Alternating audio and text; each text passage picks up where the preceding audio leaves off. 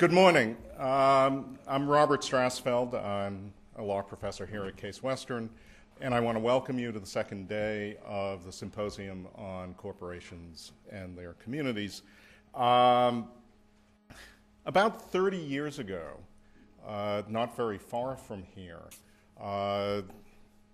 the struggle between corporations and communities centered on the question of abandonment. Labor unions and communities fought when corporations were picking up and leaving their communities. The issues of capital flight obviously continue to be very important, but these days another issue has come to the fore, which is the efforts of communities to restrict the community, access to the community by corporations, to keep big box stores in particular out of the community. And that will be the topic of this morning's first panel. And I can't think of a more appropriate group of people to address this topic. So let me introduce them. Let me do that quickly because they have much more to say than I do. And I'll do it in the order in which they'll be speaking. So first will be Dean Patricia Salkin of the Albany Law School. Dean Salkin is the Associate Dean and the Director of the Government Law Center. When she is not helping the law school to run smoothly as Associate Dean, she teaches, amongst other things, land use planning, has written extensively, volumes, in fact, on zoning and land use. She will be followed by Catherine LaCroix. Catherine is formerly a partner at the law firm of Hogan and Hartson in Washington, D.C., where her practice centered on environmental law and including environmental law and real estate issues. She is an adjunct professor of law here at Case Western, where she helps the law school to run smoothly by teaching countless courses that we need her to cover. Most relevantly for this morning's discussion, environmental law and land use planning. And finally is Brandon Denning, who is Associate Professor of Law at the Cumberland School of Law at Samford University. I assume you help the law school to run smoothly, or are you a disruptive influence? Professor Denning teaches an array of constitutional law topics, has written a shockingly large amount in a short period of time on a variety of constitutional law topics, including recently an article in the Urban Lawyer on big box stores, the effort to regulate big box stores, and the Dormant Commerce Clause. And with that, I will get out of the way and let Dean Salkin take over.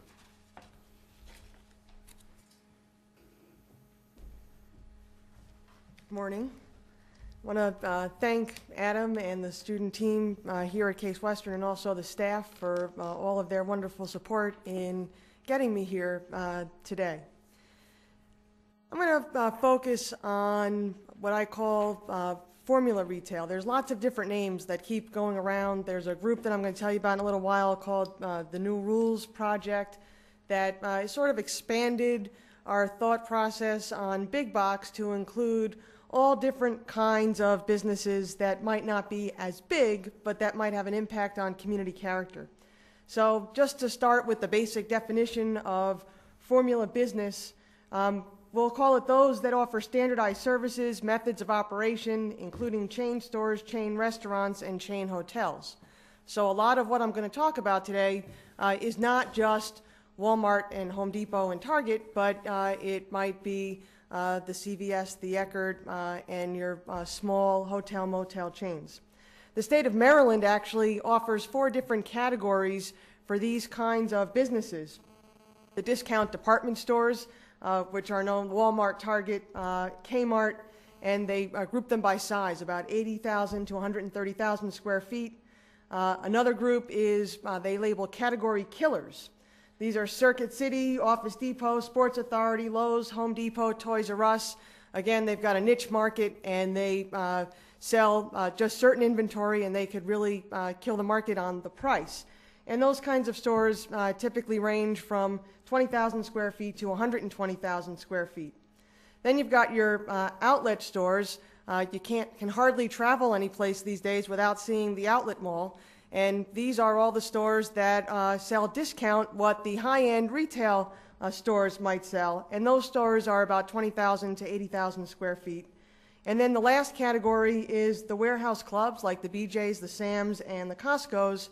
And they are much larger at about 104,000 square feet to 170,000 square feet. Sometimes communities want to lock them out, and hence the chain around this big box retail store. But more often, communities recognize that they're not going to necessarily keep them out because there are people that want them, but they can regulate them, and most people want responsible regulation. So this is just, I thought, a neat cartoon, because part of what we're talking about and the rub here is how we're going to deal with the existing mom and pop stores that can't compete on price with the larger stores that have better buying power, and what is better for a sense of the community, what is better for the local economy. So why communities and formula businesses conflict? You know, beautiful view of the mountains with Walmart right in the middle. And so a lot of this is about community character, which means the sense of place. Tony Hiss's great book, dealing with aesthetics, dealing with traffic congestion in areas that might have been rural or more rural before. How does this impact on historic preservation of communities? And what is this doing to sprawl? Because would we see anything else here in front of the mountains but for these types of development? And this is just another picture that I think makes the case even clearer as you're driving down the road and viewing the landscape. Is this what we want to see? Well, in addition to those kinds of aesthetic issues, communities also find reason to conflict with formula business on a whole host of other topics. So, for example, the economics issue. Lots of communities have tourism-based economies and are concerned that people come to our quaint town because they're going to get restaurants, they're going to get stores, they're going to get to experience something that they can't experience anyplace else in America. So if every tourist-based economy had the same Starbucks and the same McDonald's and the same Walmart and the same everything because it was national or multinational retail, that takes away the sense of place, it takes away a motivation, and has a great impact on the tourist economy. And as I mentioned again, the impact on the long-standing businesses, and there's a question as to whether or not constitutionally we can zone to protect or to prohibit competition, and I'll talk about that in a minute. There's also a whole area of law developing on contributions versus the drain on the local economy and resources. Let me give you an example. There are a bunch of articles out there that talk about, okay, so can local governments incentivize these businesses to come in because they say, we're going to help the economy, we're going to provide jobs. Well, when you start to dig down, a lot of those jobs aren't local jobs. They're jobs bringing people in from the outside temporarily or as part of the workforce, except that the jobs aren't from people who live in the community. Then once the tax incentives dry up and the municipality expects some of these businesses, not all of them and not in every location, to pay their fair share of the real property tax, all of a sudden assessments get challenged and payments aren't made, and years go by while legal fees are piling up, and the local government that has a limited budget doesn't have the money to pay its bills from what they thought they were going to get from bringing in this diversified tax base for them. And so that has created problems. Another area, it's been a drain for lots of local governments, particularly some of the big boxes. I'll speak for my own hometown. I live now probably less than half a mile from a Walmart that went in about 3 or 4 years ago. and lots of argument in the community about it.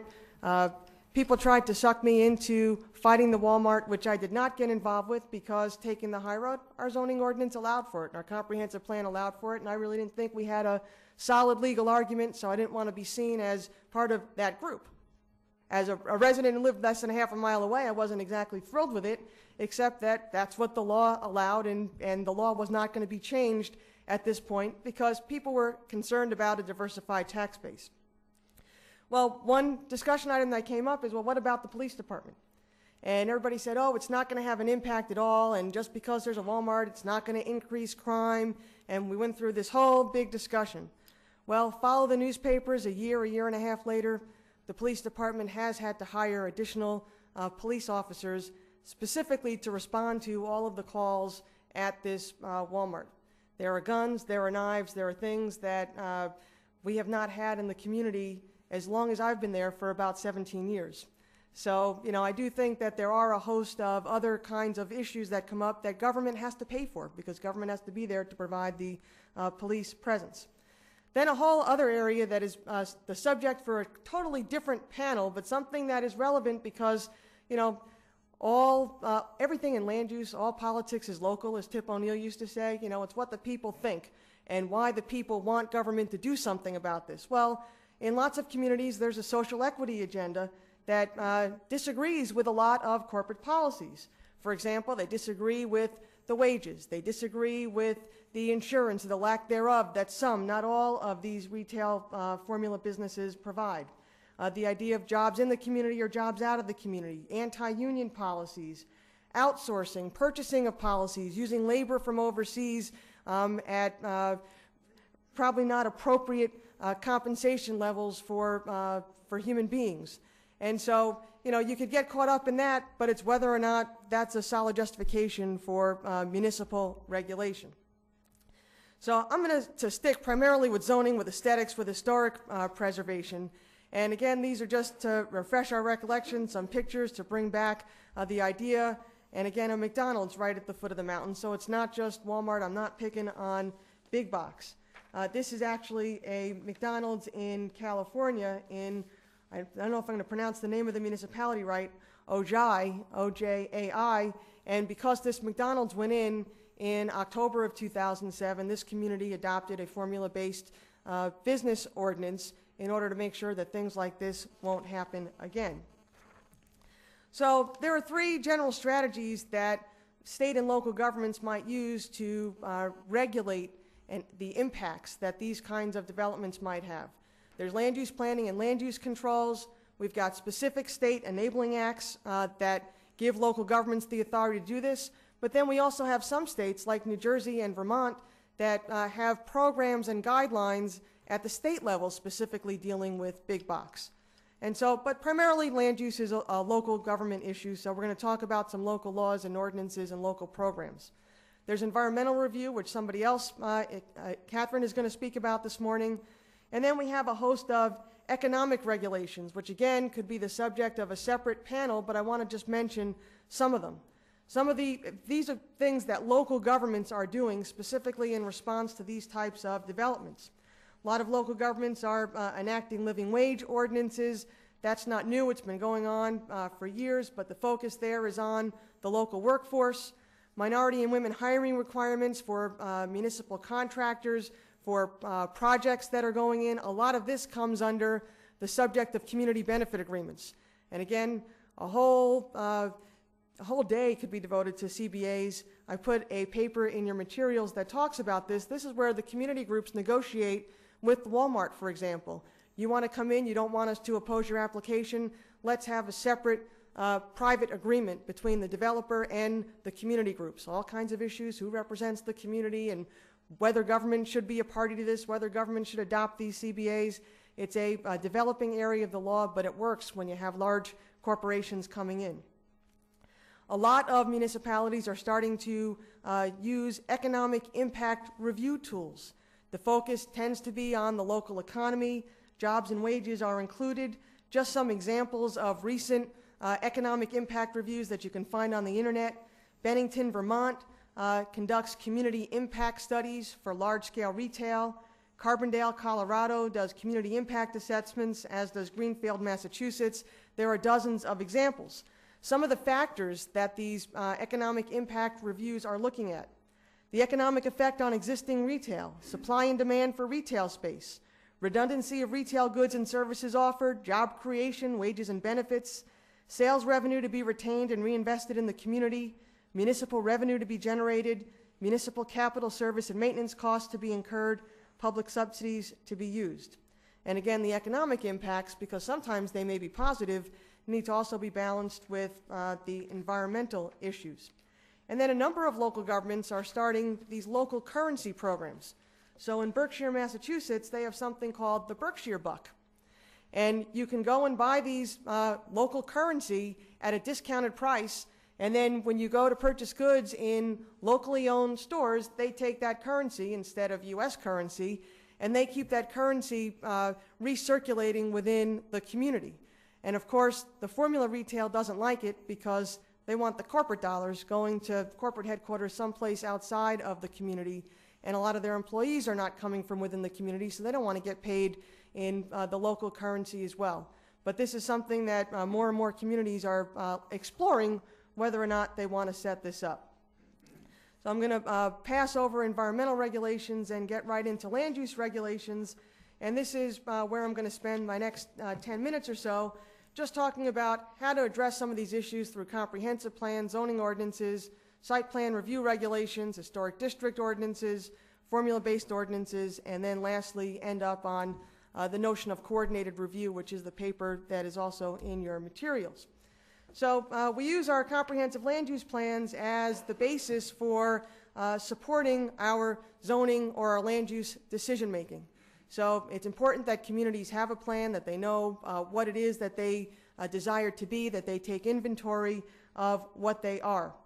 These are just some examples. I'm not going to read them to you, but examples of the kinds of goals that you find in comprehensive land use plans in municipalities across the country that indicate support for zoning ordinances and other land use controls that have the effect of limiting or regulating formula retail. A recent California case said that the objective of promoting diversity of retail activity to prevent a city's business district from being taken over exclusively by chains is not a discriminatory purpose. And so again, we'll talk more about that with Brandon at the end of the panel today. Zoning ordinances are really where most of our land use regulation comes, although some of the other things I'm going to talk about are obviously not zoning. Zoning regulates the use, the location, the density, and the size of various things, uses that might go into a local government. We might regulate where large-scale retail can be placed in more intense zoning districts. Downtown commercial districts may have stricter regulations. We could use zoning to encourage infill development. So in downtowns that really might be depressed, some of the formula-based retail, it would be great if we could get them to locate there as opposed to the green space, which is creating and adding to a sprawl problem. And a lot of this is negotiation with the municipality and the developers coming in, but the municipality's got to have their inventory, they've got to have their act together in order to make this happen. Another important thing that you can include in your zoning ordinance, specifically as it relates to formula retail, are decommissioning provisions. Kind of like the decommissioning of cell towers, when the building has outlived its usefulness, rather than it creating what is now called gray fields, the empty, abandoned Walmarts and Kmarts and Ames and so forth, and grocery stores, have the developer put some money in escrow or post a bond so that the building comes down when it's no longer used. If you go onto the Walmart website, you will find hundreds of pieces of property across the country that Walmart owns that are now abandoned buildings that are for sale, but nobody wants to buy them. And so the communities are suffering with these types of boxes that can't be retrofitted. Although there are some examples of places that have retrofitted them, by and large, they remain vacant. This is just an example of a new zoning ordinance provision that was adopted in Albuquerque, New Mexico in August of 2007.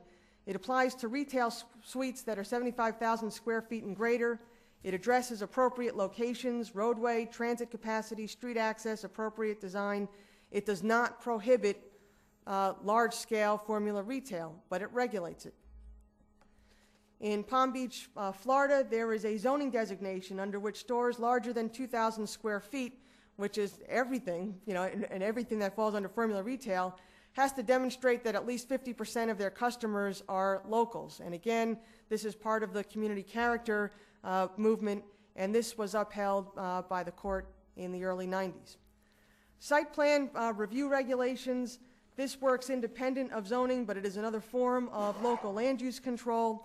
It basically addresses what does the project look like? How does it fit into the community? And so it might look at things like entrances. It might look at, well, how do you want the store? You typically think of a Walmart and you think of just the one sign, the one major entrance, and it's got a long empty wall between that and maybe if it has a grocery store or a garden shop at the other end.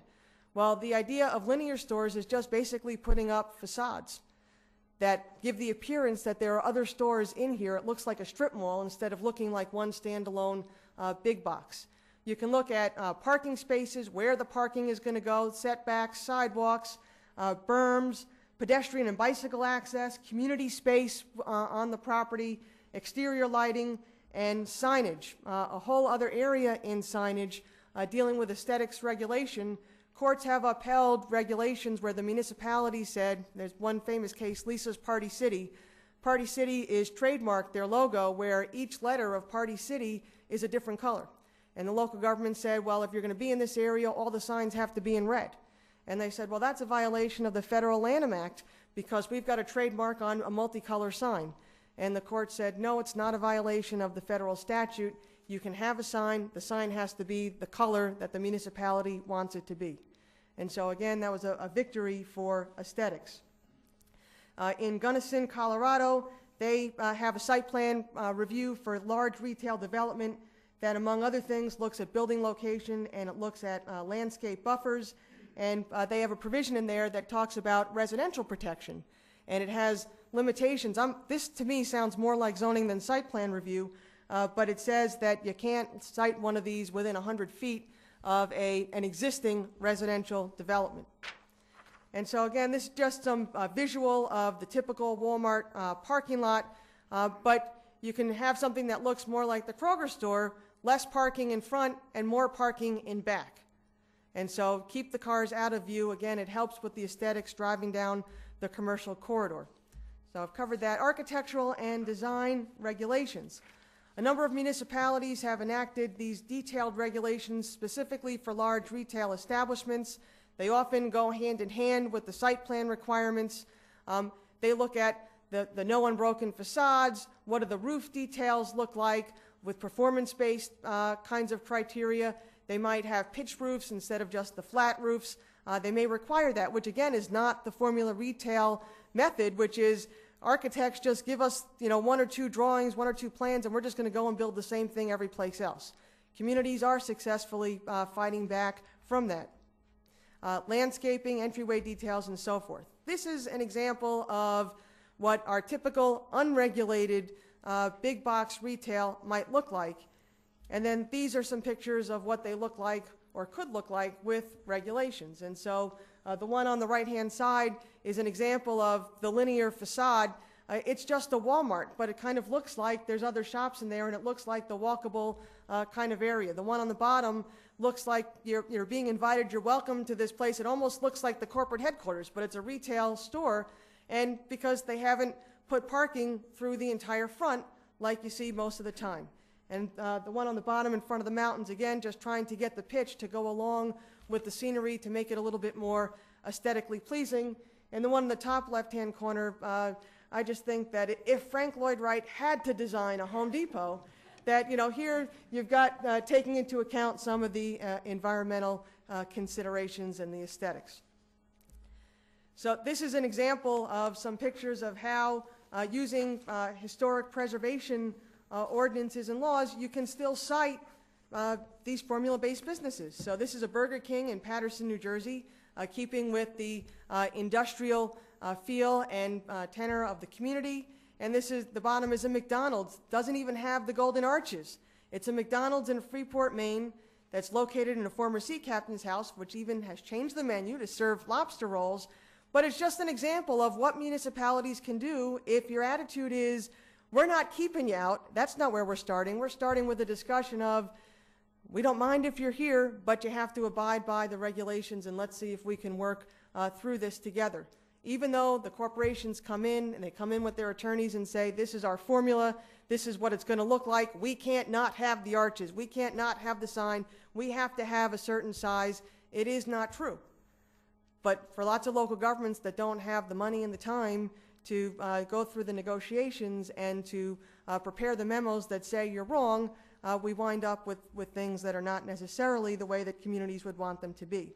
I just want to mention on the historic district regulations that the National Trust for Historic Preservation has gotten commitment from 4 of the major drugstore chains to not demolish sites that are listed on the National Register of Historic Places, and meaning that they're going in and retrofitting the inside of the buildings and that they're keeping the facades. But this has been a major effort on part of the National Trust. The formula-based business ordinances, again, I mentioned that the New Rules website is a great place to go if you're interested in this area. The New Rules Project has something called the Institute for Local Self-Reliance. It's based both in Minneapolis and in Washington, D.C.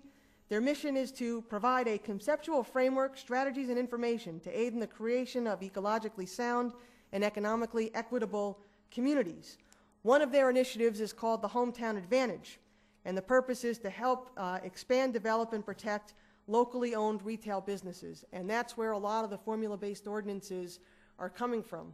And the staff that works at the New Rules Project are really the ones that are the consultants helping municipalities around the country to develop these formula-based ordinances. So some communities have tried to prohibit them outright. Most of them tried to regulate them. A number of them are putting caps and saying you can't have more than 9 fast food restaurants in the municipality. So first 9 in, you get it. Then you have to wait for one to close if somebody else wants to come in. So again, formula retail definitions, a type of retail sales activity that is identifiable basically because they have this standardized array of services, merchandise, trademark, logo, service symbol. These are standard definitions that are just floating around that municipalities are borrowing from one another. Another definition, this is out of San Francisco.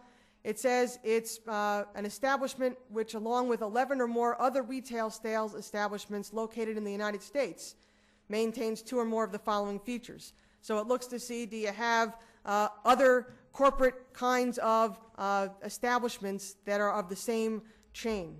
And some look to the number. So it could be something small that maybe you don't hear of all across the country, but it's more regionally based.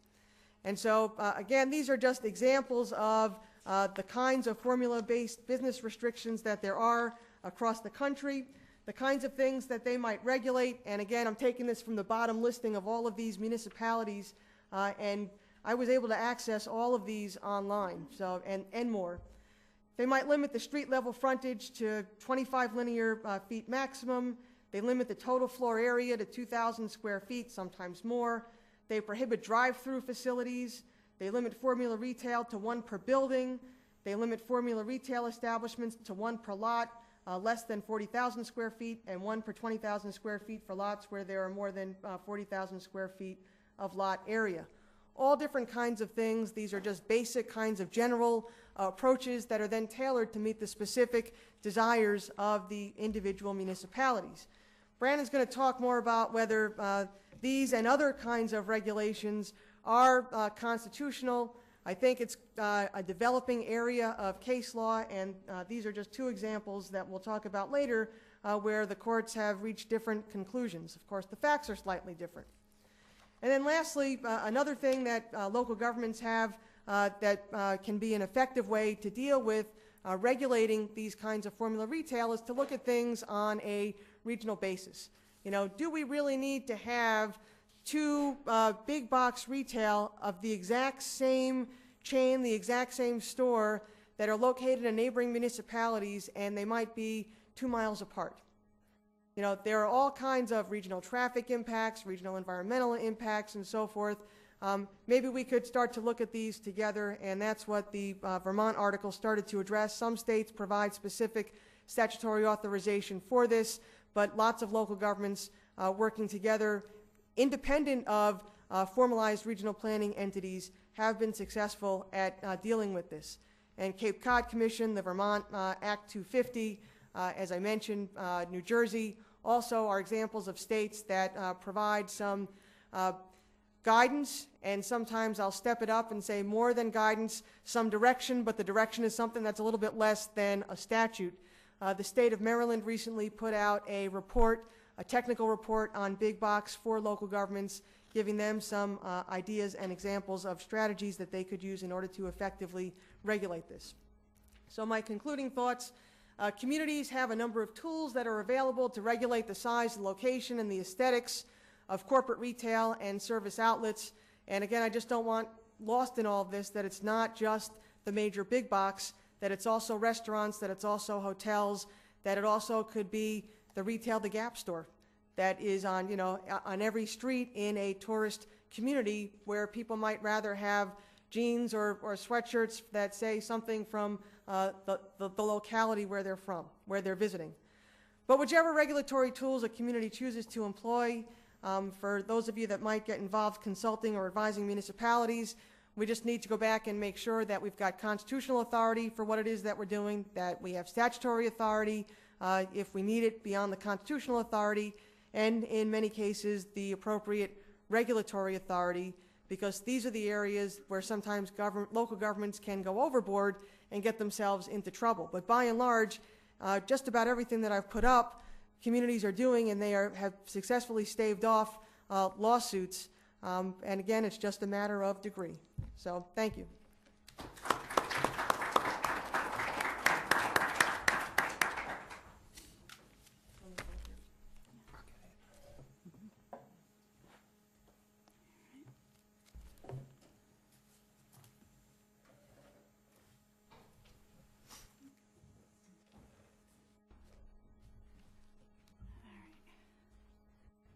Good morning. I have a little more plain vanilla PowerPoint here.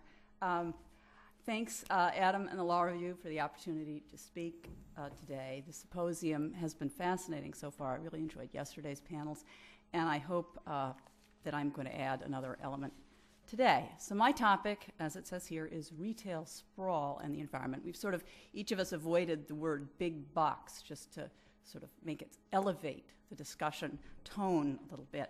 But when we were talking about the topic, one of the issues that comes up repeatedly with retail sprawl is that, particularly if you read the websites of the environmental organizations, they're always talking about the adverse environmental effects of the big box store, which leads to two questions. What exactly are those consequences, and what difference should they make? And so after sorting through a pile of environmental impact statements done for big box stores and looking at the legal environment a little bit, the bottom line, I think, is that defining environment broadly, most retail sprawl does have environmental effects. The precise effects vary widely based on the project and the location. Of these effects, some of them implicate the standard environmental regulatory environment, and some don't. All of them, however, are of potential interest or concern to the environmentally conscious local regulator. So of the tools that I looked at, it seemed to me that the most useful would be the State Environmental Policy Act, or SEPA, that many states have adopted to ensure that the environmental effects of particular decisions are considered and addressed. And ideally, for a local regulator whose biggest problem might be, indeed, what is my problem here and what are the issues that I need to be worrying about, the environmental impact statement offers a source of information and a way to guide and support a reasoned and informed decision. Now, I should offer a couple of notes up front here. First, As you know, I come to this from a background of being an environmental regulatory lawyer, and when you've been working for big manufacturers, auto companies, electronics companies, and power plants, the notion that a store poses an environmental issue, at first invites, yes, really. But over the past 35 years, I would say the environmental laws have addressed a lot of our the major effects of large conventional polluters. And so the issues that we talk about with big box stores really are on the frontier of our remaining environmental challenges. And here I'm thinking about non-point source pollution, which is polluted runoff, and climate change, which I'll talk about this morning. So the environmental topic is timely, deserves some attention, and indeed stores like Walmart, fully recognizing that environment is big, have recently, over the last couple of years, started touting their own environmental reforms. Couple more points. By and large, the most aggressive users of environmental concerns admittedly have not been towns. They've been citizens groups challenging whatever the town decided to approve. But some towns have used environmental issues. And then finally, of course, like Dean Salkin, I will be mentioning store names. I have no particular, they're solely as examples. I have no particular opinion about or vendetta against any particular store chain. And with that, we have our demon, Walmart. Okay, so just defining the issue from an environmental perspective. Look at the store. What exactly do we see here? Well, building this store from an environmental perspective, for starters, building this store replaces whatever was there before. Now, in an urban area, that's just going to be another building. In a more suburban or rural area, usually this will replace open space or a farm. So we lose a natural or cultivated landscape, and we gain about 20 acres of store. We can assume that the store will be large, featureless, and generally unattractive, which invokes some of the issues that Dean Salkin talked about. The store consumes energy and lighting. It generates some emissions from heating and cooling. And most importantly, from an environmental perspective, you look at this large store with its large parking lot and its large flat roof. These are what we call in the jargon impervious surfaces, which means that they generate large volumes of runoff when it rains. And the runoff then is polluted, contaminated by substances that are on the surfaces, the seal coating on the parking lot, lawn chemicals, other fertilizers in the garden center, bits of old tires, and so on and so forth, all materials that can contaminate natural streams when they run into them. And the parking lot, as you see, is filled with cars who emit pollutants when they arrive and when they leave, and the older the car, the more pollutants they emit. Now, the impact of stores is debated a little bit. Usually the assertion is that they increase overall air pollution by drawing cars from far away. So they cause people to take trips farther than they would ordinarily. The counter response is yes, but once you get there, it's one-stop shopping. This is something that the technical air gurus try to work out in their formulas for evaluating air effects. In any event, there's probably locally concentrated air pollution right around the store. When the store moves out, it leaves a big empty shell, which Dean Salkin talked about as one of the issues that big box stores raise. And then more generally, the existence of big box stores themselves can be seen, and I think this is probably at the root of a fair number of objections, as fostering a sort of a culture of consumption, more stuff for less money. Now here I have to add that the other alternative, less stuff for more money, involves so many economic, social, and policy considerations that we're not going to go into that. So the environmentally, faced with this, the environmentally conscious planner may well ask, right, is any of this a problem? Does any of this offer a reason, offer a legal hook to either refuse to admit or to regulate this big box entrant? Now, at this point, I had planned to go through some standard environmental requirements and explain how they apply, but I realized the message in each instance is pretty much the same, so I'll summarize. Standard environmental effects of big box stores that are taken into account in sort of our standard environmental regulatory repertoire derived from federal law implemented at the state and sometimes the local level. Obviously, stormwater, polluted runoff, a very important implication of the big box store. And here I would mention that when you saw Dean Salkin's pictures of the big parking lot and then the parking lot broken up with trees and tree islands, sometimes those are required as a means of breaking up the impervious surface as one of the stormwater runoff controls.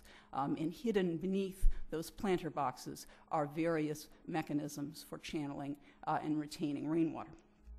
So that's an issue. Oh, and here's one of the technological responses, which, if you look at it, the bioretention basin is a highly engineered hole in the ground where the water flows and is held and percolates down. Okay. Air quality effects vary depending on whether you're in an area with relatively clean air or what's called a non-attainment area, an area with relatively dirty air. Wetlands, siting big box stores in wetlands tends to be an issue. And then, of course, our friends, the endangered species. So all of these involve federal requirements implemented at the state, sometimes the local level, for wetlands and even endangered species. There are, in addition to federal requirements, sometimes state and local requirements. But in each instance, the goal is to allow economic activity while regulating the consequences. The purpose is not to keep the store out. The purpose is to avoid environmental effects. Now, the wetland and the endangered species can prevent a store from siting in a particular location if impacts on the wetland or the species can't be prevented. But usually the idea is you mitigate the effects, allow the store, and move on. So that is why, in the case of my hypothetical, conscientious urban planner, I focused on the value of the environmental impact statement, which brings us to state environmental policy. Look at that. You know, usually it's a rule that you never use a graphic that undercuts your argument, and this really looks ugly, okay? But I will, as we go along, I'll explain. It's not really as bad as it looks, okay? So, and there are reasons for this. So a little background. 1970, Congress passed an innovative law, the National Environmental Policy Act, or NEPA. The purpose of NEPA was to require federal agencies to consider the environmental effects of their decisions before they would decide. And it didn't impose any new substantive requirements. The sole purpose was gather information, put the information in front of the officials, and have them think about the environment. And this has had, at the federal level, a profound impact on the way that federal agencies make decisions.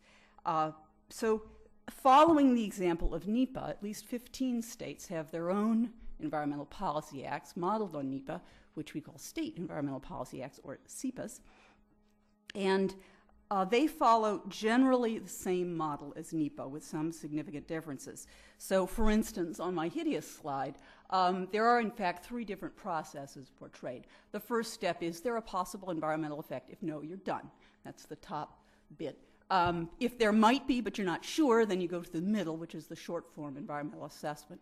If you're absolutely sure, you go straight down to the bottom, the long form environmental impact statement.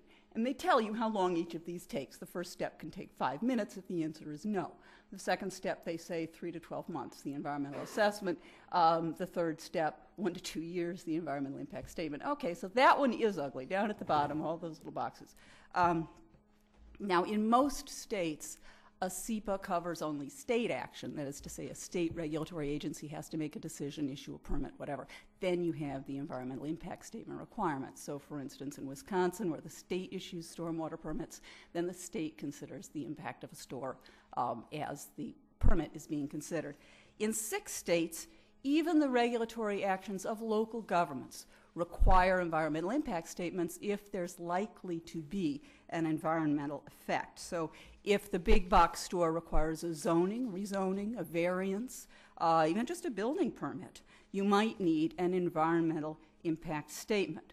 So that's NEPA, the SEPA, and now I introduce the LIPA, which is it is also possible for localities to adopt their own environmental policy review requirement, if they want to, even if there's no state-level SEPA. And the theory here is the breadth of the local government's police power, their delegated power to zone and manage land uses, and their home rule power. So if there's no inconsistent state statute, a municipality with home rule power usually has the authority, or can have the authority, to adopt its own impact review requirement. And there are towns around the country that have done that. So the SEPA is a useful mechanism for a citizen activist because it's open to public comment. But of course, the main purpose, the formal purpose, is also includes also informing the local regulators. So pertinent features here, the SEPA covers a range of environmental effects. And I just grabbed this from an actual environmental impact statement for a store in Northern California. This is a list of the environmental issues they considered, and you can see it's pretty broad. It goes beyond what we would expect to see when we open up an environmental law textbook. What statutes do we cover? There's a lot of stuff in here, aesthetics, and down to urban decay. So the broad array of effects can be considered environmental effects here. And as under NEPA, the effects to be considered include cumulative effects of similar decisions, which is where Dean Salkin was talking about regional impacts. In an environmental impact statement, store here, store across the political boundary, you have to consider them both, because there would be a cumulative impact requirement. And importantly, a feature of SEPAs is they have a mitigation requirement. That is to say, identified effects must be mitigated before the impact analysis can be approved. Okay, this is a difference between SEPAs and their original statute, the national statute, NEPA. Although generally, I'll have to say, a proposal can be approved even if not all effects are mitigated, but the town has to offer a reason. It has to say, we considered this, but for a variety of important countervailing reasons, we're going ahead anyway. So the SEPA imposes requirements in addition to other requirements. This is another layer of review, which is good or bad. I mean, if you're a developer, this is annoying, it's costly, and it's time-consuming. If you're a citizens group, you love it because it can foster litigation, challenges, and disputes that will delay the project. For a town, if taken seriously, in the spirit in which the requirement is enacted, it can be a useful decision-making tool. And I've seen instances where doing an environmental impact statement raised awareness of issues that hadn't previously been noticed. Traffic effects they were aware of, the air impact they were not. Stormwater effects they figured there would be, residual effects after permitting they were not. So the environmental impact statement gives useful information. Can a locality use information in an impact statement to deny permission? Now here's a situation where the case law is sparse, well, virtually non-existent, but general principles of land use law suggest a few conclusions. If what's being asked for is a zoning amendment, that's a legislative decision, a policy-based decision. It'll be upheld as long as it has a rational basis. If an environmental impact statement uncovers a result that the town finds to be an unacceptable effect, even if environmental regulations don't cover it, don't prohibit it, then that can be a valid public policy, public welfare basis for saying no zoning amendment, okay? If the permission being requested is some other form of regulatory permission, a use permit, a zoning variance, even a building permit, in that instance, you have specific legal standards that govern whether or not the town should approve the request. And those SEPA laws don't purport to change those. And so in that instance, the role of the environmental impact statement really depends on the type of approval being sought and the standards that govern it. So for instance, however, with a zoning variance, in theory, it's very difficult to qualify for variance. There's a series of requirements that most local ordinances have, but in addition, a variance can be denied if it would be against the public interest. So if you have an environmental impact statement that allows the town to say, no, on the whole, this would be against the public interest, then you can decline to approve the variance. So the precise role of the SEPA will depend a lot on the type of approval being requested, the standards that govern it, and whether the information in the impact statement presents something that's permissible to consider. Now, objections to SEPAs focus on their cost and the delays they impose and the suspicion that they're being used for the wrong reason. Cost and delay, absolutely, yes. Costs more to do this than it was not to do this. Delay, yeah, it does take longer. And that's why over the years states have worked on sort of streamlining this to the extent they can. The NIMBY thing, actually, that covers something that came up yesterday in our panels. There's the, do you mistrust local governments on the ground that they're captured by developers, ill-informed, and not very smart, or not? And here we have, on the one hand, our own factual observations, assumptions, and views, and on the other hand, I would say that the standard judicial line, which is that we must presume good faith, conscientious activity by regulators unless, you know, we have actual evidence of payoffs or whatever. I mean, but the judicial presumption is you presume good faith, conscientious regulators. You can't, as a systemic matter, assume the opposite. And so that's why my presentation assumes the conscientious environmental planner who really does, or the city planner who really does want to know what are the environmental issues, what difference should they make. Which brings me very quickly to climate change, because there's another issue here, right? Climate change is the hot environmental issue du jour, and has come into the big box issue debate, specifically in California, of course.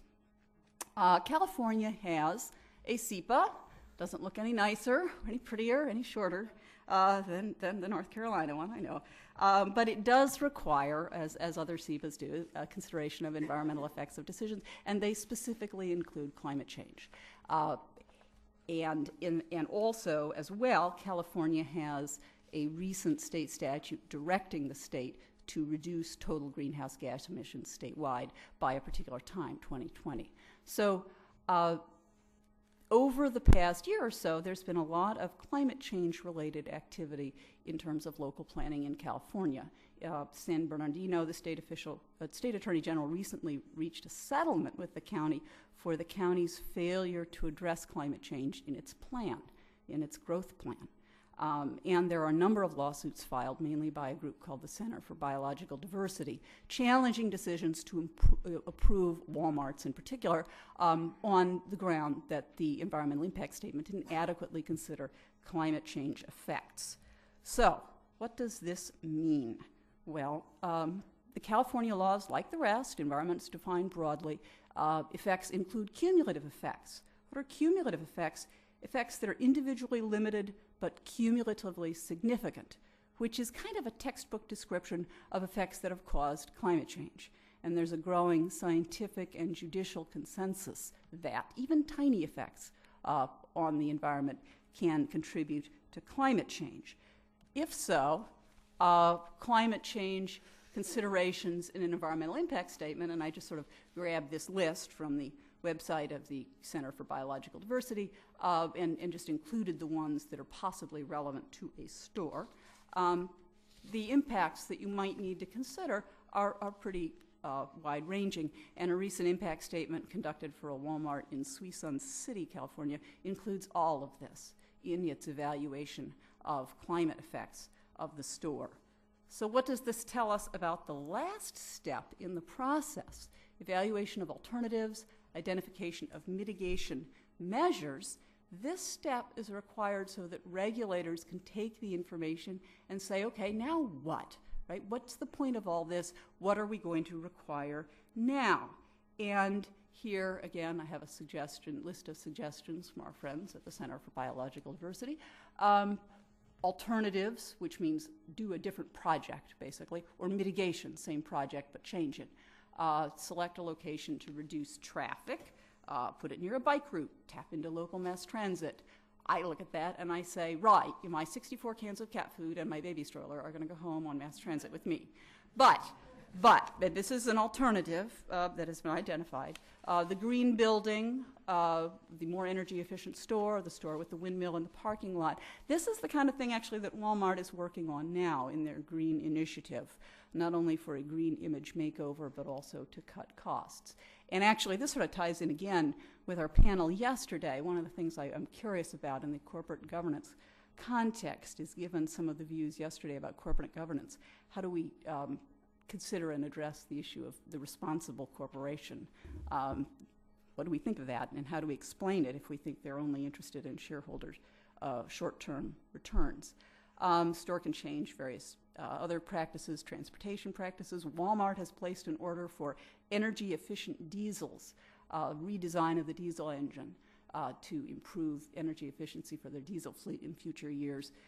And then here's more interesting, mitigating unavoidable effects. And some of the suggestions: support mass transit in the town, not necessarily at the store, but generally in the town.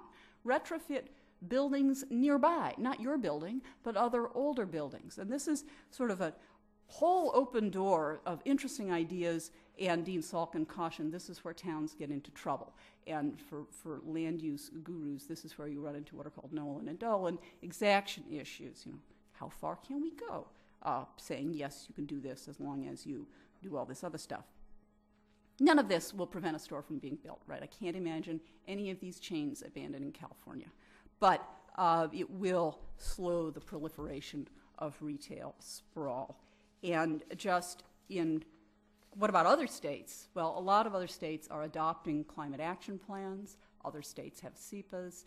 I'm not exactly sure where this is going, but I can say that the climate change debate is changing every day. And we have, every day in the news, climate change decisions that seemed utterly unthinkable even a year ago are being made across the nation. So one possibility, for instance, would be a locality adopting a LIPA and then considering climate effects. So the bottom line here on my little environmental topic, in terms of the current national environmental agenda, the greatest contribution localities make is controlling runoff from stores. That's because that's, towards the current national agenda, that's the biggest environmental effect of the stores. And footnote, it's a little irony that with climate change, some of the most active entities are not only states but localities. There's 500 localities that have signed on to climate action plans. What environmental requirements pose the greatest likelihood of halting a store if that's what you want? I'd say wetlands, endangered species, or local environmental regulations that I didn't address because there are thousands of them, tree protection, open space, that sort of thing. But SEPA review offers the advantage to me of requiring a broad-based consideration of environmental effects, allowing a town to limit the effects of development that it finds damaging without imposing some sort of categorical prohibition.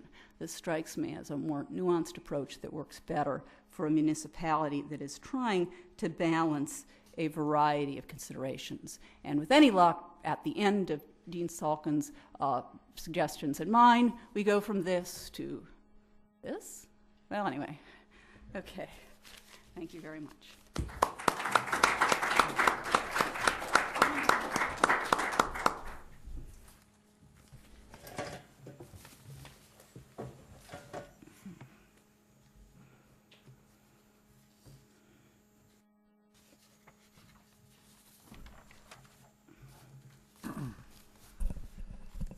Hello, Cleveland. I've always wanted to say that. So,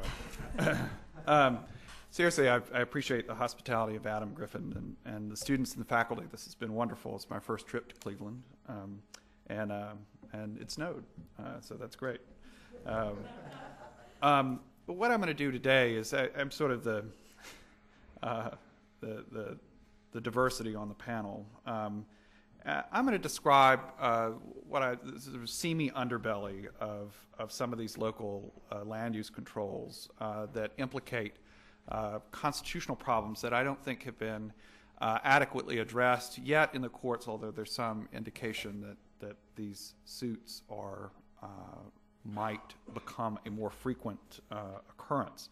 So what I'm going to do is just briefly describe the problem summarize the Dormant Commerce Clause doctrine, which you've heard a little bit about yesterday, and I'm going to describe the Dormant Commerce Clause doctrine not in the tax context, but in the non-tax regulatory context. And I hope that I will be able to do so without inducing dormancy in anyone.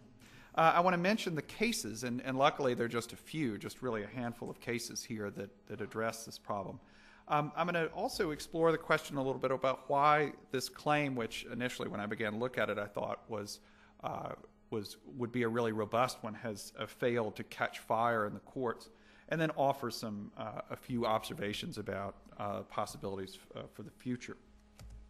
Well, originally I started looking at this a few years ago when I began reading about ordinances, and these are first generation. The things that Patty was talking about and the things that Catherine discussed are much more nuanced. And the old size cap ordinances were pretty blunt tools. It basically said either you can't build a retail establishment that was larger than X thousand square feet, or in order to do so you had to get a special use permit that may or may not be forthcoming, depending on your willingness to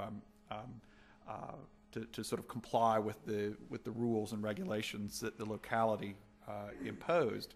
Now, there are mixed motives for passage, and you've heard both Patty and Catherine talk about the legitimate ones. Environmental concerns, aesthetic concerns either. But if you noticed in one of the slides listing those regional plans, there was also another motive in there, and this is the motive that I'm going to focus on, which is the protection of existing businesses. And anytime a state or local government passes laws that intend to protect existing in-state local businesses against out-of-state competition, you implicate the Dormant Commerce Clause doctrine. Well, what is this? For those of you who, if it's been a while since you've had constitutional law and all you think you know about the Dormant Commerce Clause is that it involves mud flaps and the lengths of trucks, let me remind you, the Dormant Commerce Clause doctrine is a judicially created set of limitations inferred from the power given to Congress over interstate and foreign commerce. And it limits the ability of state and local governments to burden or discriminate against interstate commerce. And discrimination is really the organizing principle for triggering more heightened versus deferential standard of review. If a law is discriminatory, if a case is made out that the law is discriminatory, the government must demonstrate two things. It must demonstrate that it has a legitimate, that is to say, non-protectionist local interest, and that there are no less discriminatory means available to it to effectuate that legitimate end. Non-discriminatory laws that nevertheless are alleged to burden interstate commerce, the challenger here bears the burden of proving that the burdens on interstate commerce clearly exceed the putative local benefits. This so-called pike balancing I'm not really going to talk about very much because, frankly, it just doesn't do much work anymore in the Dormant Commerce Clause doctrine. You'll see it, courts talk about it, but the Supreme Court has not invalidated a state or local law using this balancing test in something like 25 years. All right. As I say, the discrimination sort of virtually decides the case, and discrimination can be proved in a number of different ways, and this makes the Dormant Commerce Clause rather unique. There's the easy cases, which involve facial discriminations, that is, a law written with an explicit geographical reference in the law and treating out-of-state goods or economic actors less favorably than in-state goods or economic actors. Facial discrimination is almost always invalidated with very few exceptions that I won't go into. Second, the Dormant Commerce Clause doctrine you can have heightened review triggered if you have facially neutral statutes that nevertheless have disparate impacts or discriminatory effects on interstate commerce. And then finally, you can demonstrate that if there is discriminatory intent, either of those, with a facially neutral statute, discriminatory intent or discriminatory purpose, are, according to the U.S. Supreme Court, and there's some federal judges who seem not to believe this, including the one who decided the California case and the Turlock v. Walmart, which I'll talk about in a second, that motive alone is sufficient to invalidate a protectionist motive, if proven, is sufficient to invalidate a law under the Dormant Commerce Clause. Okay. When I began to research the issue and try to look for examples of size cap ordinances that I was reading about in news accounts, and you've probably had this experience where you see an article in a newspaper and you think, wow, there's a really good issue there, and then after you sort of dig a little bit behind the story, you find that the reporter oversimplified things, or that there were details that were left out, et cetera. In fact, when I began to pull some of these size cap ordinances or formula retail ordinances and the like, I was surprised by the ingenuousness of their supporters. Many of them were actually quite explicit about the intention of protecting existing local businesses from out-of-state competition. This most often occurred whenever you're talking about the big box stores or category killers. What happens to Joe's Ace Hardware or just Joe's Hardware when Home Depot comes in? What are we going to do about Joe? How are we going to protect Joe from losing his business, even though Joe may have been charging people $25 for a hammer for the last 50 years? Get into that. We'll talk a little bit about whose interests are being safeguarded here in just a second. It is true that they are almost always facially neutral. That is, no one is sort of ham-handed enough to write laws specifically targeting out-of-state companies. But again, when you dig a little bit, sometimes you don't have to dig very far, you just read the purpose. You get the sense that they aren't worried about a successful store one town over opening up. They're worried about stores coming in from out of state. These impacts of the laws of formula retail or the size caps fall almost exclusively on out-of-state economic interests and, like I said, are intended to do so. The other thing that I was struck by occasionally was that sometimes that the laws are written either, it sort of makes you wonder why they set size caps at a certain size, like 20,000 square feet. I mean, my suspicion is that lots of existing stores, like even local grocery stores, probably come in at just under the size cap that they tend to set, so that you don't have any problems with existing businesses. Other times, I've wondered where the evidence is that 50,000 square feet as opposed to 20,000 square feet as opposed to 75,000 square feet, that choice is linked in some meaningful way to the concerns that the regulators are trying to abate. And I wonder also whether the sort of blunt tool of caps, et cetera, whether the legitimate interests, the aesthetic concerns, the environmental concerns, whether those can't be met by some of these more nuanced or more sophisticated regulatory schemes, assuming that really, environment and aesthetics are really there as part of the concern as opposed to just sort of naked economic protectionism. Well, here are the cases. There are just four. There's one, East Hampton successfully kept out an A&P grocery store by rewriting, by placing a moratorium on the issuance of permits, and then in the interim, this is a tactic that you'll see. They explore, there's an expression of interest. There is the planning council, the town council, or the county commission gets wind of it. They impose a moratorium. During the time of the moratorium, they rewrite the law to require a special use permit or impose a size cap, et cetera. The A&P East Hampton case was of this nature, and also the Walmart v. Turlock, which is a recent case, also involved the requirement of additional permitting requirements for so-called discount superstores that met sort of statutory definition. In both of those cases, the Dormant Commerce Clause arguments that were made by the stores were rejected by the courts. The Island Silver and Spice v. Ala Mirada and then the Coronada's Organized Retail Enhancement case, those both involved the formula retail chains. And as Patty noted, they came out different ways. The Island Silver and Spice case, the judge struck it down. It is, and I'll say a little bit more about both of those cases in just a second.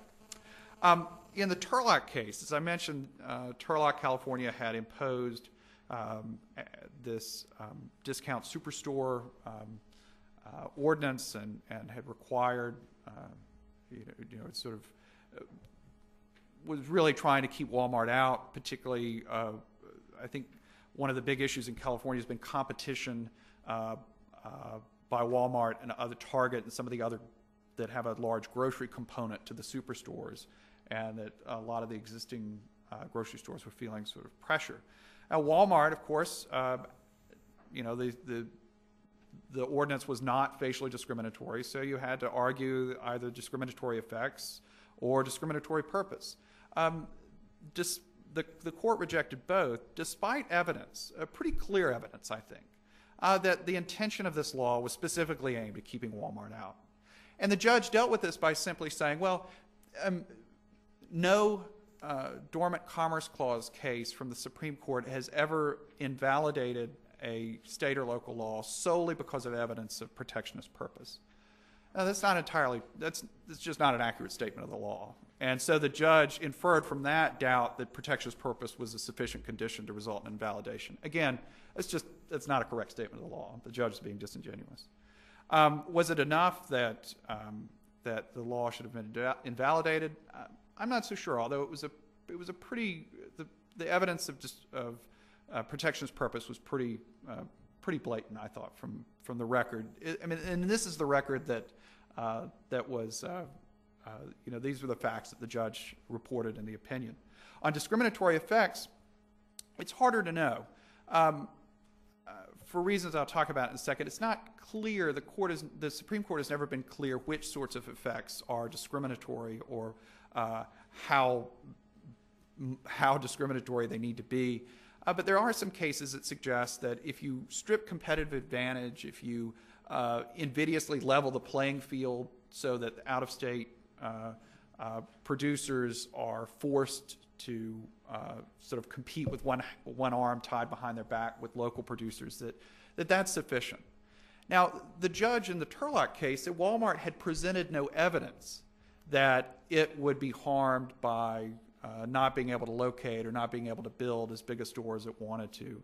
And, maybe that was bad lawyering on behalf of Walmart. I think that, or maybe they presented evidence and the judge just discounted it. It's hard to know from the opinion. I'm sure everybody's litigated. Sometimes you think you put on all this evidence only to see it dismissed in a single sentence in a reported case, The Island Silver and Spice case was interesting. Here you had owners of a store who had contracted with CVS to sell their sort of, I don't know, it sounded like a shop that sort of sold tchotchkes, in Ala Mirada, and they wanted to sell out. The couple was retiring, and they contracted with CVS. CVS was going to come in and build a pharmacy, and in the meantime, there was a formula retail ordinance passed. They went to get the permit.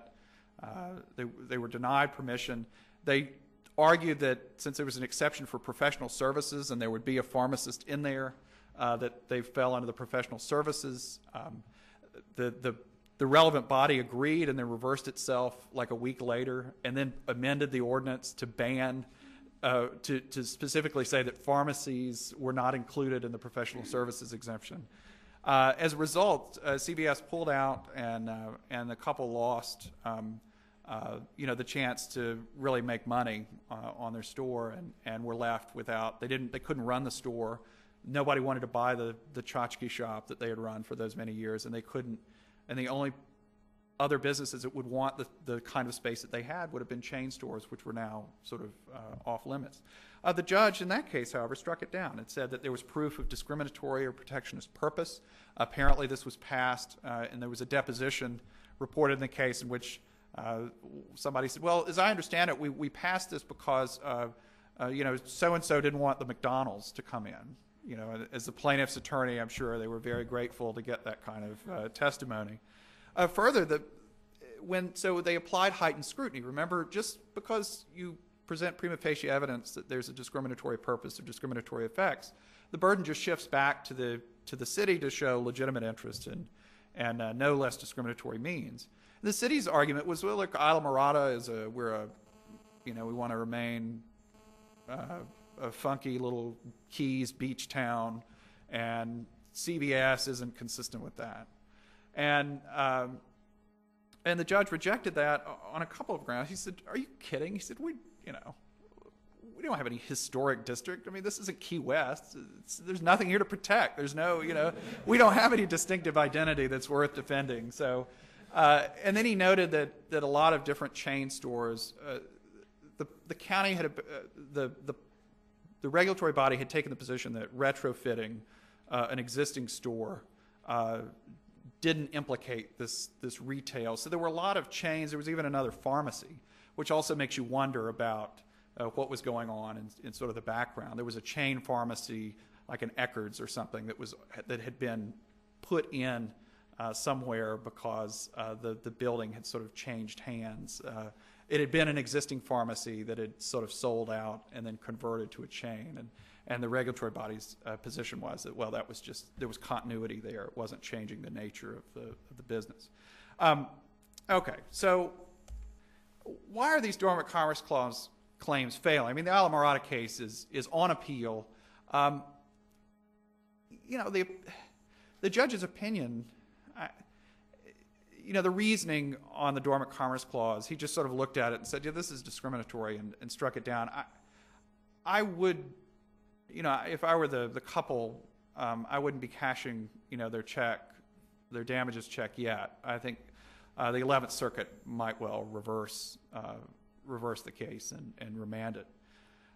So that raises a question: why are these dormant commerce claims failing? I mean, there's no doubt that the economic protectionism motivates, I won't say all, but I'd say a large proportion of these. Well, one problem is, and I was originally surprised by the relatively few numbers of cases and the fact that they haven't sort of multiplied. But I think the lack of regional planning means that, if you encounter resistance, if you're Walmart or if you're Home Depot and you encounter resistance in one locality, you're going to go to the next county, which may be quite happy to have you and your tax base move in and not cause you any problems. The second, I was thinking about zoning laws themselves and why this idea of local discrimination seems to be treated so much differently. And I came across a great article recently in the Yale Law Journal by Jim Whitman, who is a comparative law professor at Yale.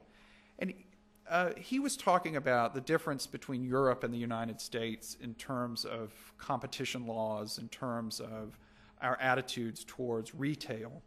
And he said that he thought that American laws on balance were more consumerist oriented, that the consumer welfare maximization was sort of at the heart of many American laws, whereas many European countries still retain this very producerist oriented element, with store closing laws, with bans on sales. There was an article in the Wall Street Journal this December about the Germans were having sales for the first time. There were some Germans who were very, just outraged. It showed the signs. They don't even have a word for sale in German, so it was English. It just said sale. And things like Sunday closing laws, protections from competitors. I mean, all these producerist-oriented laws are common in Europe. And I think that local zoning retains perhaps one of the last sort of vestiges of that producerist orientation in American law. There are lots of historical echoes between the fight against the big boxes and anti-chain legislation that was passed in the 20s, and that resulted in the Robinson-Patman Act passed in the 1930s that prevented sort of price discounting, and those were deemed unfair competition, and a lot of the laws were producers oriented in that they were attempting to prevent quote unquote destructive competition, where everybody was made worse off, except maybe the consumers, because they got cheaper goods, and so I think that is very much present. I think it's still there in zoning. There's still Rick Schrager has done great work not only on the anti-chain legislation, but also he's got a paper coming out in the Virginia Law Review later this year about local discrimination and how this sort of local communities, municipalities fit into this sort of free trade area that the Dormant Commerce Clause protects, how that's been really sort of overlooked. I think also there are problems with the Dormant Commerce Clause doctrine itself.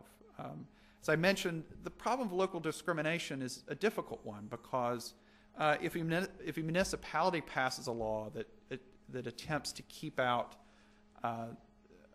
out-of-state businesses, they may also be keeping out in-state businesses that they don't want in their community either. So it doesn't look like the kind of discrimination paradigm of New Jersey versus New York keeping out goods or Virginia keeping out all other goods. It's more complicated. It doesn't seem like discrimination.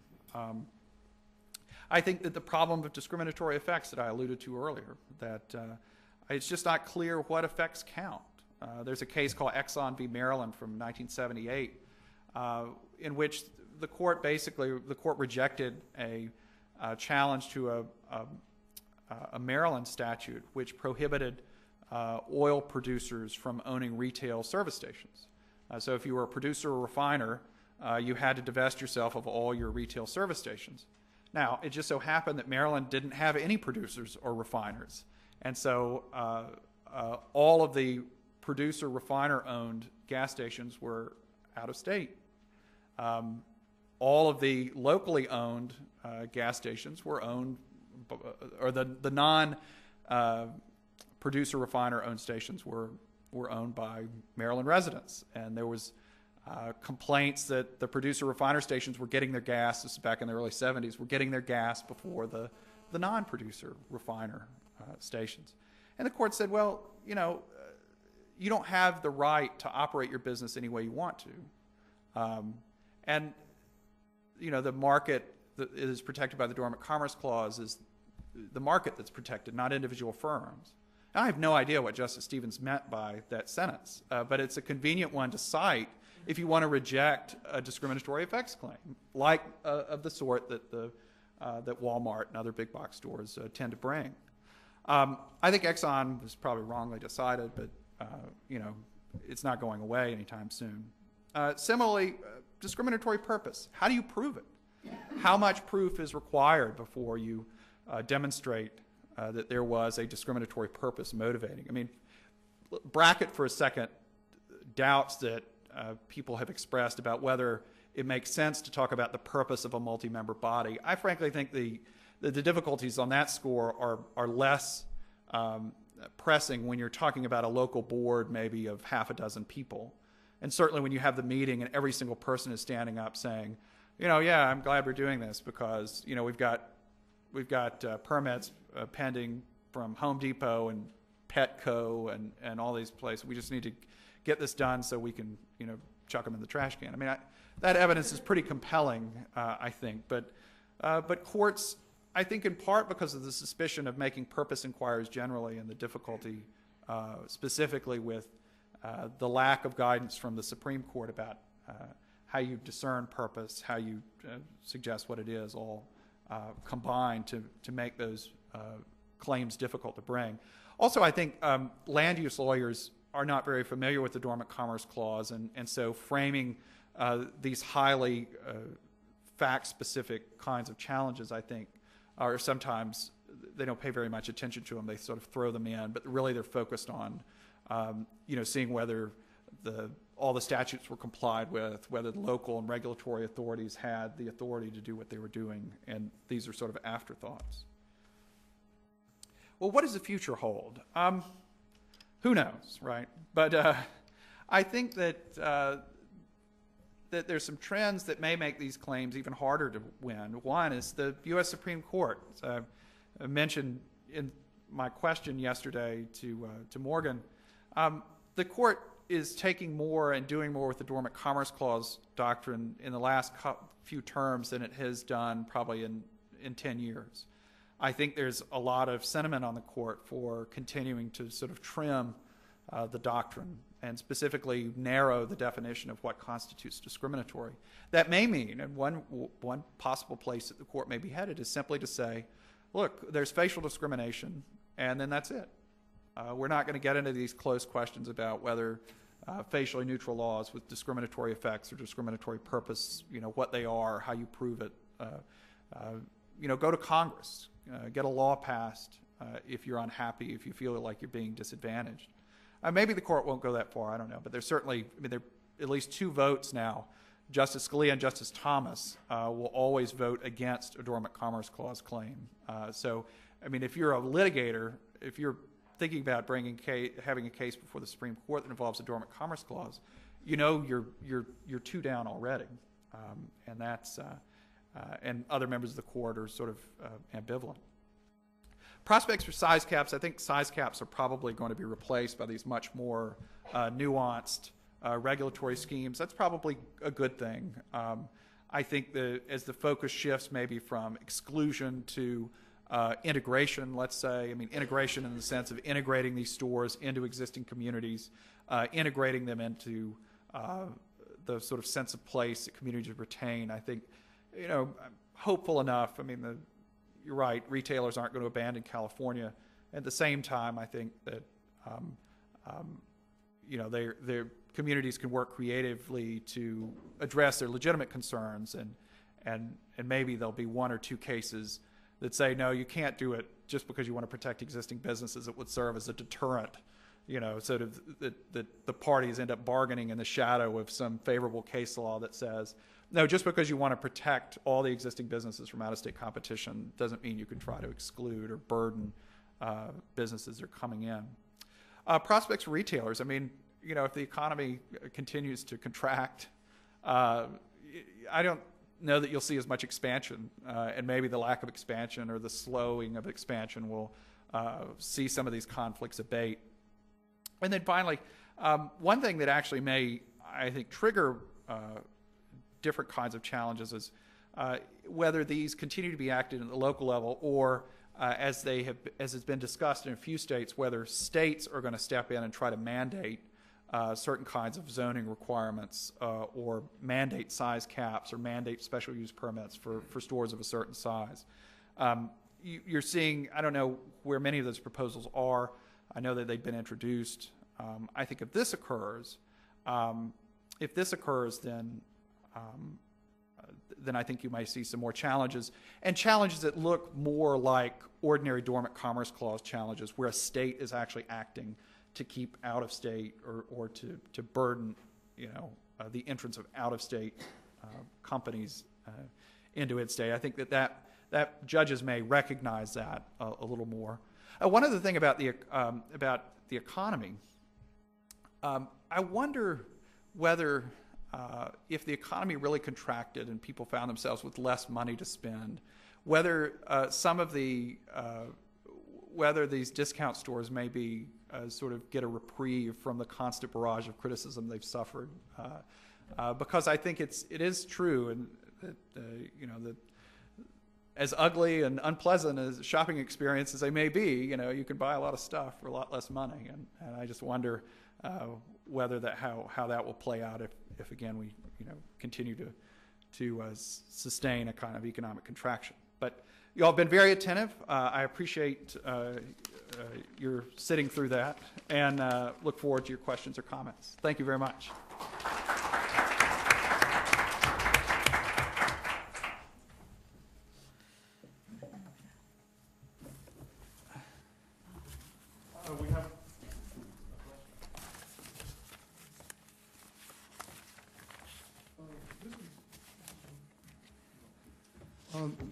This is Professor Denning. You couch the constitutional challenges in terms of the Dormant Commerce Clause. To what extent might there also be challenges under equal protection theory, either as a federal or state matter? I don't know about. I can't speak as much to state because, of course, that would involve me knowing more than I do about various state constitutional provisions and how they're enacted.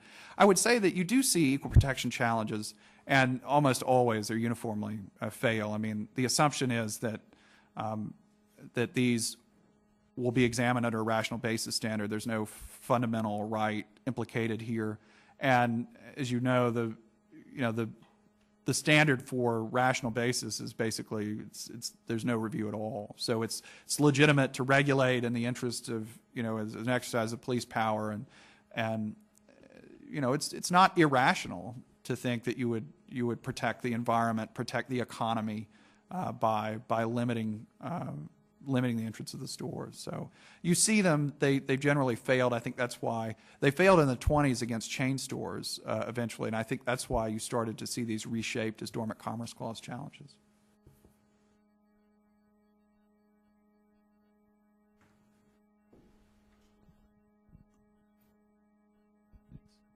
Thank you. Thank you. Very interesting panel. I apologize in advance that this is going to be one of those classic examples of where we sort of see everything through our own lenses. And so it's through my particular narrow lens. So let me ask this question about the Dormant Commerce Clause. You're suggesting that it's not a particularly robust doctrine at this point. Is one danger with a more robust Dormant Commerce Clause that it could be gamed? In the sense that you talked a little bit about the in-state, out-of-state distinction, and this wouldn't apply so much to the big boxes, but it would apply to, say, McDonald's.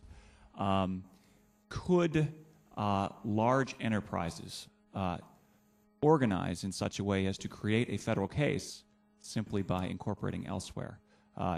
Locally owned McDonald's franchises, simply by incorporating in Delaware, might all of a sudden create not only standing, but also possibly an argument for out-of-state discrimination simply by incorporating elsewhere. I don't know if the doctrine looks through to actual ownership or larger structure or not. So I guess it's sort of an in-state, out-of-state, what is the definition kind of question. Yeah, that's a good question. And it's not something that, it's something that particularly plagues local discrimination. And there's not a really good, the sort of idea of local discrimination has been under-theorized. The court, actually, there are a couple of cases where the court says, well, just because a law is written so that it affects some in-state as well as out-of-state interests or goods doesn't necessarily mean that it's immunized from even the heightened scrutiny. Now, how that sits with the centrality of discrimination as a sort of organizing or sorting tool is, and the court didn't really explain that, and I sort of hope to look to that. But as far as gaming, I mean, even if you had sort of local franchises, I think, you could say that that they were trying to keep, well, I don't know. I don't have a good answer for you. I think it's not robust here, I think, because of the difficulties of sort of figuring out what we're doing, why, how local discrimination really functions. I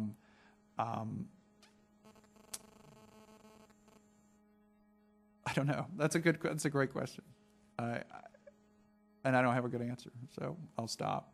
I just want to mention also on the local ownership that it is potentially a red herring, because even though they own the franchise, they still have to follow all the corporate policies or else they lose the franchise, and they have to have the same menu, and they have to buy the same products, and they have to have the same kind of appearance, so they really are controlled often by an out-of-state interest. Yeah, that's great. That's what she said. I concur completely. That's what I was looking for. We'll make this the last question. Yeah.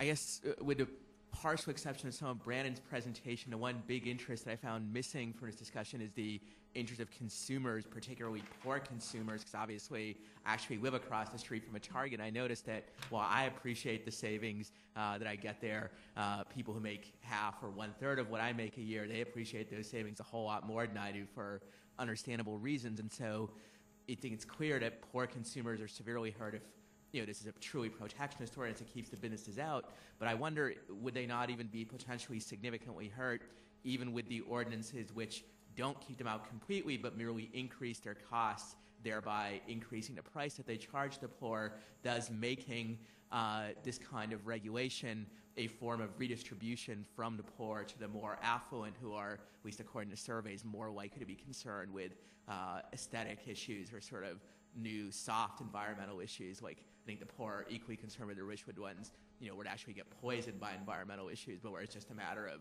aesthetic appearance or, when one of the impact statements had cultural values, I bet that's more a concern of the relatively affluent. So I wonder, even setting aside whether courts can legitimately consider this, is there not at least a serious policy issue that what this is really doing is affecting a redistribution from the poor to the relatively more affluent, perhaps under the guise of maintaining community character or whatnot?